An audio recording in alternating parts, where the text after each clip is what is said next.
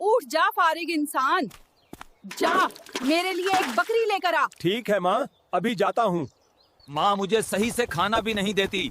आज सबसे बड़ी बकरी लेकर आऊंगा, फिर देखूंगा कौन निकमा है।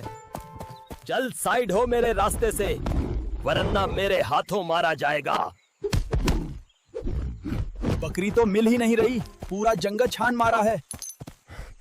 कहाँ छुप गई है ये बकरी? अच्छा तो तू यहाँ है बकरी, चल मेरे साथ, वरना मेरे हाथों मारा जाएगी। अब माँ तो पक्का खुश होगी। लगे माफियास, कदे जेल कदे बेल। हाँ देखो, मैं बकरी ले आया तुम्हारे लिए। अरे मेरे बेटा, इस खुशी में सब लाइक करें, शेयर करें और सब्सक्राइब भी कर दें।